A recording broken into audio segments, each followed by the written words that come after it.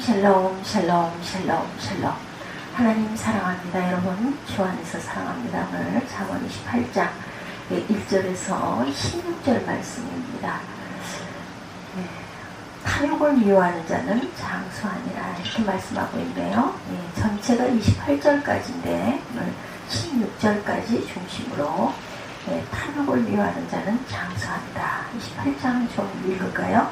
악인은 쫓아오는 자가 없어도 도망하나 의인은 사자같이 담대하니라. 나라는 죄가 있으면 주관자가 많아져도 명철과 지식 있는 사람으로 말미암아 장구하게 되느니라. 가난한 자를 학대하는 가난한 자는 곡식을 남기지 아니하는 포구 같으니라. 율법을 버린 자는 악인을 칭찬하나 율법을 지키는 자는 악인을 대적하느니라. 악인은 정의를 깨닫지 못하나 야훼를 찾는 자는 모든 것을 깨닫느니라. 가난하여도 성실하게 행하는 자는 부유하면서 굽게 행하는 자보다 나으니라. 율법을 지키는 자는 지혜로운 아들이요 음식을 탐하는 자와 사귀는 자는 아비를 욕되게 하는 자니라. 잠언 28장 말씀입니다. 7절에 율법을 지키는 자는 지혜로운 아들이요 음식을 탐하는 자와 사귀는 자는 아비를 욕되게 하는 자니라. 중한 편리로 자기 재산을 누리는 것은 가난한 사람을 불쌍히 여기는 자를 위해 그 재산을 저축하는 것이니라. 9절입니다. 사람이 귀를 돌려 율법을 듣지 아니하면 그의 기도도 가증하니라. 정직한 자를 악한 길로 유인하는 자는 스스로 자기 함정에 빠져도 성실한 자는 복을 받느니라. 부자는 자기를 지혜롭게 여기나 가난하던 명철한 자는 자기를 살펴 아느니라. 의인의 득이하며 큰 영화가 있고 악인이 일어나면 사람이 숨느니라. 자기의 죄를 숨기는 자는 형통하지 못하나 죄를 자복하고 버리는 자는 불쌍히 여김을 받으리라. 항상 경외하는 자는 복되거니와 마음을 완악하게 하는 자는 재앙에 빠지리라. 가난한 백성을 압제하는 악한 관원은 부르짖는 사자와 줄인 공 같으니라. 무죄한 치의자는 포악을 크게 행하지와 탐욕을 미워하는 자는 장수하니라. 제목이 탐욕을 미워하는 자는 장수한다. 16절을 중심으로 탐욕을 미워하는 자는 장수한다. 이런 말씀으로 함께 은혜를 나누도록 하죠. 오늘의 잠언은 두 종류의 사람들을 우리에게 소개하고 있어요. 그 중에 한 인간은 의인이고 또한 한쪽은 악인입니다. 의인과 악인. 그러면 누가 악인이며 누가 의인일까? 그것을 우리는 아무도 알 수 없어요. 사람들은 그저 복에 착한 일 많이 하고 남에게 좋은 얘기 많이 하고 항상 웃어주고 인사 잘하고 그냥 좋은 사람이다. 그 정도로 알 수밖에 없어요. 그렇죠? 그것은 하나님의 주권 안에 있습니다. 어떤 사람이 의인이고 어떤 사람이 악인인가. 다만 오늘 지혜책 잠언에서는 의인과 악인의 성격과 행동을 대조시켜서 우리에게 교훈을 하고 있습니다. 예를 들면 의인은 야훼를 찾고 성실히 행하는 자, 또한 사자같이 담대하고 반대로 악인은 쫓아오는 자가 없어도 도망가는 자다 이렇게 말합니다. 뭐가 좀 잘못한 게 있으니까 움츠려 숨고 도망가지 않겠는가? 우리도 이런 생각을 합니다. 우리가 상반된 성격과 행동을 보아서 알 수가 있다. 그러면 의인의 행동은 과연 어떠할까? 첫째는 하나님을 찾는 자들이죠. 5절에 나와 있습니다. 악인은 정의를 깨닫지 못하나 야훼를 찾는 자는 모든 것을 깨닫는 자입니다. 인간은 본래 의인과 악인으로 분류된 존재가 아니에요. 그런데 아담의 타락 이후에 부패해져서 가증한 심령을 소유한 존재로 의와는 거리가 먼 사람들이 되었습니다. 하나님의 독생자이신 그리스도를 통한 대속의 은총 때문에 인간은 그리스도를 믿는 믿음으로 아무 조건 없이 의롭다 칭함을 받죠. 그래서 칭의다 이렇게 얘기하죠. 결코 인간 자신의 선행과 도덕심과 수행, 고행 등의 것으로 의롭다움을 얻을 수는 없다. 이렇게 타락한 인생이 의롭게 되는 것은 오직 한 길이 있을 뿐인데 하나님을 찾을 때 가능한 것이다. 여러분 타락한 인생들의 모습은 또한 어떠할까요? 로마서 3장 10절에서 18절에 함께 보죠. 기록한 바 의인은 없나니 하나도 없으며 깨달는 자도 없고 하나님을 찾는 자도 없고. 로마서 3장 10절에서 18절입니다. 다 치우쳐 한 가지로 무익하게 되고 선을 행하는 자는 없나니 하나도 없도다. 13절입니다. 저희 목구멍은 열린 무덤이요 혀로는 소금을 베풀며 그 입술에는 독사의 독이 있고 그 입에는 저주와 악독이 가득하고 그 발은 피 흘리는 데 빠른지라 파멸과 고생이 그 길에 있어 평강의 길을 알지 못하였고 저희 눈앞에 하나님을 두려워함이 없느니라 함과 같으니라. 이렇게 말씀하고 있어요. 예, 로마서 3장 10절에서 18절 내용이죠. 기록된 바 의인은 없나니 하나도 없으며 깨달는 자도 없고 하나님을 찾는 자도 없고 다 지우쳐 한 가지로 무익하게 되고 선을 행하는 자는 없나니 하나도 없도다. 저희 목구멍은 열린 무덤이요 그 혀로는 소금을 베풀며 그 입술에는 독사의 독이 있고 그 입에는 저주와 악독이 가득하고 그 발은 피 흘리는 데 빠른지라 파멸과 고생이 그 길에 있어 평강의 길을 알지 못하였고 저희 눈앞에 하나님을 두려워함이 없느니라 함과 같으니라. 악인들이 이런 모습이에요. 악인은 누굴까? 하나님을 찾지 않는 사람, 또 누굴까? 하나님을 두려워하지 않는 사람들. 아무리 이런 악인이라 할지라도 하나님을 찾고 하나님을 두려워한다면 죄인에서 의인으로 돌아서게 되죠. 새로운 피조물이 되었다 말씀합니다. 생명을 얻게 됩니다. 영원한 생명을 얻습니다. 하나님의 자녀가 돼요. 그렇죠? 영생을 얻게 되죠. 천국 시민이 됩니다. 참 마음씨 좋은 하나님이세요. 그죠? 입술로 고백만 하면 이런 보장을 해주세요. 의인은 하나님을 찾는 자이다. 아무리 시험되고 어려운 일이 있어도 의인들은 더욱 하나님을 찾습니다. 그렇지 않은 사람들은 넘어지고 세상으로 나가죠. 둘째는 담대함. 첫째는 악인은 하나님을 모른다는 자들이지만 의인은 하나님을 찾는 자다. 둘째는 어떤 담대한 자들. 1절에 의인은 사자같이 담대하느니라. 오늘 18장 1절이죠. 죄와 사망의 법에서 18장이 아니라 28장입니다. 죄와 사망의 법에서 해방받은 의인에게는 두려움이 없다. 하나님의 사랑을 받은 자는 그 사람 안에서 모든 두려움을 내어 쫓는다 말이에요. 그 사랑 안에서. 그리고 하나님께서 나와 함께 계신다는 확고한 믿음이 있기 때문에 인간의 한계를 초월하는 힘이, 담대한 힘이 생기게 돼요. 그죠? 죽으면 죽으리라 이런 마음이 되죠. 내가 한 번 죽지 두 번 죽냐? 죽으면 나는 갈 곳이 있다. 이런 배짱이 생긴다는 거죠. 그러므로 하나님께서 함께 해주심을 확신하는 사람은 어떤 환난이나 공고나 핍박이나 기근이나 적신이나 칼과 같은 권세 앞에서도 결코 비굴하지 않고 무서워하지 않는다. 왜냐면 갈 곳이 있으니까. 심지어 죽음 앞에서도 두려워하지 아니한다. 스데반 여러분들 잘 아시죠? 복음을 증거하다가 바리새인과 유대인들에게 돌을 맞아 순교한 분. 그때의 모습을 여러분들 잘 기억하시죠? 사방에서 손에 돌을 든 사람들이 숨을 몰아쉬며 스데반을 향하여 눈을 부릅뜨고 달겨듭니다.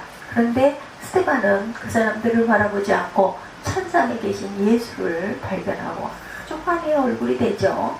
그때 그 모습, 그 얼굴은 성령이 충만해서 하늘을 바라보니 거기에 예수님이 서 계신 것을 보게 돼요. 그때 너무나 감격해서 스데반이 소리치죠. 보라, 인자가 하나님 우편에 서신 것을 보노라. 두려워하는 기색도 무서워하는 기색도 그에게는 찾아볼 수가 없어요. 그때 스데반은 오늘 잠언에서 말씀한 의인은 사자같이 담대하니라 한 그 모습의 좋은 표본이고 모델입니다. 히브리서 11장은 믿음의 장이죠. 그곳에서 의인들을 만나볼 수가 있어요. 거기에 서는 의인들은 모두 사자같이 담대한 자들이다. 물불을 두려워하지 아니하고 창검을 두려워하지 않습니다. 톱으로 펴 죽이고 시험을 당하고 칼에 죽임을 당하고 양과 염소의 가죽을 입혀 들판으로 내어 몰려 유리하고 짐승의 밥이 되게 했으나 그들은 예수 믿는 것을 포기하지 않고 죽기를 두려워하지 아니하였다. 한때 다니엘은 바벨론 왕궁의 느부갓네살에게 선택받은 왕궁의 진미를 먹을 특권과 출세의 기회가 주어졌으나 그는 하나님의 명령을 지키기 위해서 임금의 명령을 감히 거절하기도 합니다. 죽을 거 뻔히 알면서도 사자굴에 던져지게 되죠. 마음의 뜻을 정하여 왕의 진미를 거절합니다. 왜냐하면 왕이 주는 음식은 아무리 좀 주는 음식이라도 재물임을 그는 먹을 수가 없었다. 그의 담대함은 어디서 나왔나요? 하나님은 생사화복의 주권자가 되신다는 불같은 신앙심에서 나온 담대함입니다. 우리 신앙의 선진들은 어떠한 시련과 고난을 만난다 할지라도 극복하고 오히려 부정적인 환경을 변화시키고 자신의 신앙을 정금같이 단련시키고 훌륭한 인격으로 성장시켜 나갔어요. 다윗도 바울도 그랬습니다. 우리 믿음의 선진들이 한결같이 자신의 목숨이 위협받은 자리에서도 의인의 담대함을 결코 잃지 않았다. 그 모든 담대함이 어디에서? 하나님을 믿는 마음에서, 주님을 믿고 의지하는 마음에서 사자같이 담대했다. 셋째로 의인들은 하나님의 말씀을 성실히 실천하는 사람들입니다. 오늘 28장 6절에 성실히 행하는 가난한 자는 사곡히 행하는 부자보다 낫다 이렇게 말씀하고 있어요. 가난하여도 성실하게 행하는 자는 부유하면서 곱게 행하는 자보다 나으니라. 성경마다 표현이 조금씩 다르죠. 하나님을 찾는 자는 진리를 깨닫게 되고 진리를 깨닫는 자는 그 진리를 실천하는 일에 성실하다. 진리를 실천하고 그 말씀대로 사는 것이 얼마나 중요하고 악한 짓을 하고 부자로 사는 자보다 차라리 주님의 말씀을 준행하면서 가난하게 사는 것이 더 복되다 이렇게 고백을 합니다. 하나님의 말씀을 준행하는 자는 영원히 망하지 않기 때문이죠. 대저 의인의 길은 야훼께서 인정하시나 악인의 길은 망하리로다. 만세반석 위에 세워진 집은 절대로 무너지는 법이 없어요. 주의 말씀을 듣고 행하는 자는 그 집을 반석 위에 세운 지혜로운 자이기에 비바람 창수가 나도 무너지지 않은 것처럼 하나님의 말씀을 실천하고 준행하는 자의 삶 또한 그와 같을 것이다 입니다. 그러면 악인의 모습, 악인의 종말은 또한 어찌 될까? 첫째는 진리를 거부하죠. 5절에 증거하고 있습니다. 28장 5절. 악인은 정의를 깨닫지 못하나 야훼를 찾는 자는 모든 것을 깨닫느니라. 그러니까 깨달음이 없어요. 진리를 받아들이는 자는 의인의 반열에 서게 될 것인데 그러나 진리를 거부한 자에게는 악인의 반열에 서게 된다. 진리를 거부한 악인들에 대해서 로마서 1장 26절 이하에 정연하게 표현하고 있습니다. 악인들은 욕심대로 행해요. 이 때문에 하나님께서 그들을 부끄러운 욕심에 내버려 두셨으니 곧 그들의 여자들도 순리대로 쓸 것을 바로 바꾸어서 영리로 쓰고 순리로 하지 아니하고 영리대로 한다. 이렇게 증거하고 있습니다. 윤리적으로 도덕적으로 부정했고 마음에 하나님 두기를 싫어한다고 해요. 합당치 못한 일을 합니다. 합당치 못한 일이 뭐예요? 불의, 추악, 탐욕, 악의가 가득하고 시기하고 또한 살인하고 분쟁하고 사기치고 악독하고 수군수군하고 비방하는 것이 합당치 못한 일들이다. 악을 도모하고 부모를 거역하고 무정하게 행한다. 이것이 진리를 거부하는 인간들에게 나타나는 증거죠. 한마디로 진리신 그리스도를 부인하는 자들이다. 인간의 생각이나 사상을 하나님의 말씀보다 위에 놓는 교만한 행동을 하는 자들. 악인은 자신뿐 아니라 남까지도 미혹하고 함께 멸망의 길로 갈 것을 적극적으로 끈질기게 미혹하는 자가 악인들이다. 둘째는 죄악에 사로잡혀 있어요. 1절에 보면 28장 1절 악인은 쫓아오는 자가 없어도 도망하나 의인은 사자같이 담대하니라 이렇게 말하죠. 쫓아오는 자가 없어도 도망갑니다. 이 부분은 우리가 심각하게 다뤄야 할 부분. 아담의 범죄 위에 생긴 죄로 인한 두려움이 그 영혼을 깊숙이 자리 잡고 있기 때문입니다. 창세기 3장 8절이죠.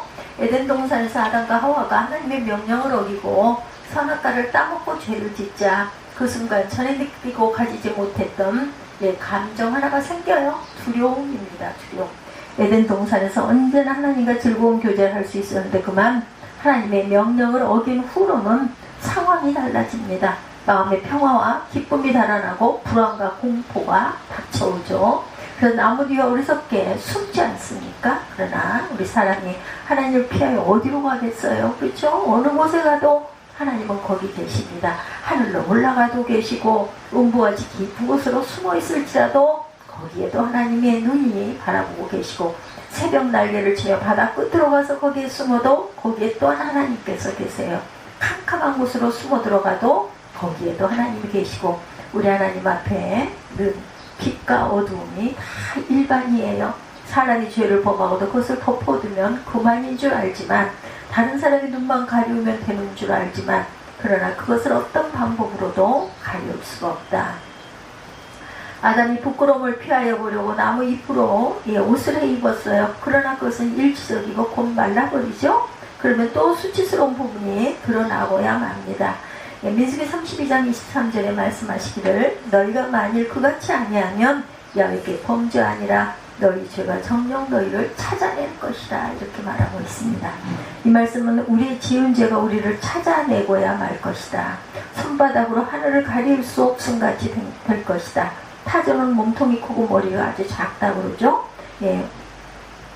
깃털 달린 소고기 우리 참 좋아해요. 깃털 달린 소고기는 타조 고기를 말하는데 이것이 바로 타조가 그렇게 맛있다는 뜻이랍니다. 타조가 사냥꾼에게 쫓길 때 도망가다가 너무나 힘이 들고 이제 죽어도 더 이상 뛸 수 없게 되면 타조가 모래의 머리를 파고는다고 그래요. 몸통은 그대로 드러나 있고 머리만 모래 무더기에 파고는다고 합니다. 타조 생각에는 눈을 가렸으니까 내가 숨었다고 생각을 하나 범죄한 인간은 하나님 앞에서 숨는 것이 꼭 이 타조와 같다. 얼굴만 가리면 내가 너를 못 찾아내겠느냐 인 것입니다. 왜 아기는 쫓아오는 자가 없는데도 도망을 갈까요? 그 사람 속에는 양심이 그 죄를 알고 그 사람을 쫓아오기 때문이다. 그것이 그 사람의 마음을 괴롭게 하고 공포심을 불러일으키기도 하고 초조와 불안으로 이끌어간다. 시편 102편에 다윗의 괴로운 심정을 토로한 말씀 속에 그의 뼈가 맹과리같이 탔다 이렇게 증거하고 있습니다.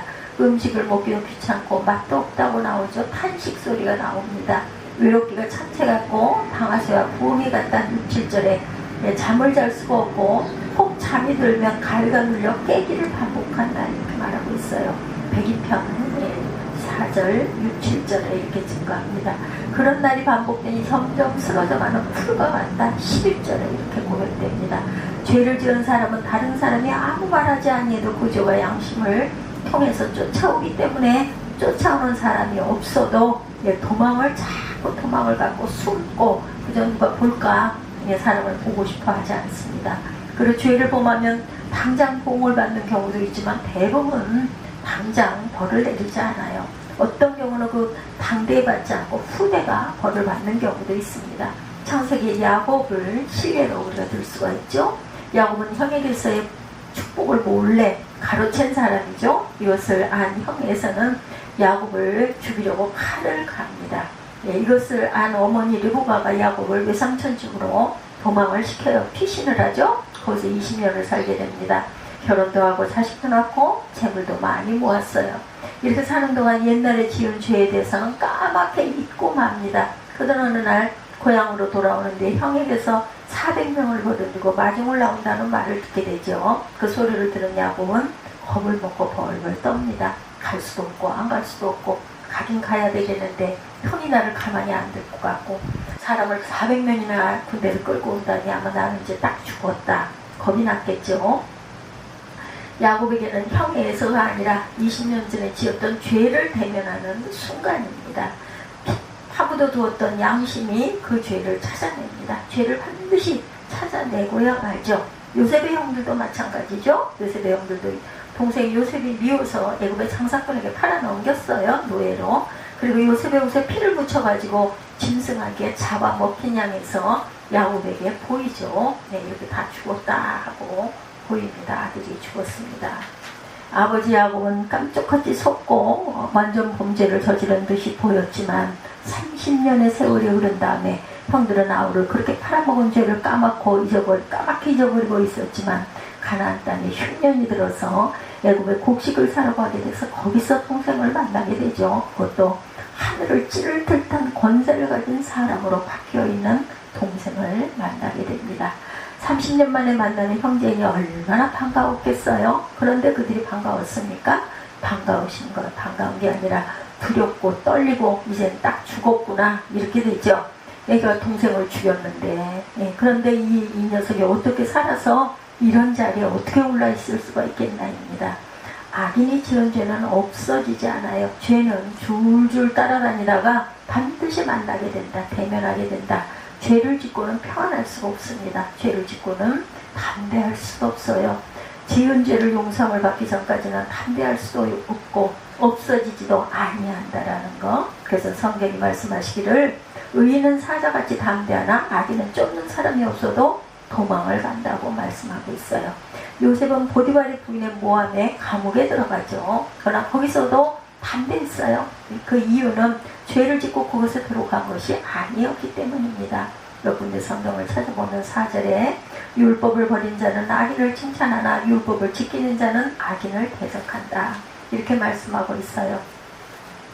다시 말하면 악인은 악인을 두둔하고 칭찬한다라는 거예요. 그러나 율법을 지키는 자, 즉 의인은 악인을 칭찬하지 아니하고 대적한다. 이런 사람이 하나님의 사람입니다. 악인을 칭찬하는 사람이 악인이 아니겠죠. 도대체 어떤 눈으로 보았기에 악인을 칭찬할 수가 있겠는가. 사람이 귀를 돌이키고 율법을 듣지 아니하면 그의 기도도 가증하다 이렇게 말하고 있어요. 사람이 귀를 돌려 율법을 듣지 아니하면 그의 기도도 가증하다. 7절에 율법을 지키는 자는 지혜로운 아들이요 음식을 탐하는 자와 사귀는 자는 아비를 욕되게 하느니라. 율법을 버린 자는 4절입니다. 율법을 칭찬하나 율법을 지키는 자는 악인을 대적한다. 율법을 버린 자가 악인을 칭찬한다고 말하고 있죠. 9절에 사람이 귀를 돌이키고 율법을 듣지 아니하면 그의 기도도 가증하다. 사울이 망했죠. 망한 이유 완고하여 듣지 아니하였기 때문이다. 귀가 있어 들을 수 있을 때 열심히 들으시기 바랍니다. 듣고 내 삶에 늘 적용하시기 바랍니다.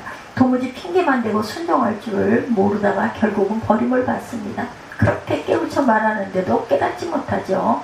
결국 하나님의 말씀을 버렸으므로 하나님께서도 사울을 버리죠. 왕이 되지 못하게 하고 다윗을 세웁니다.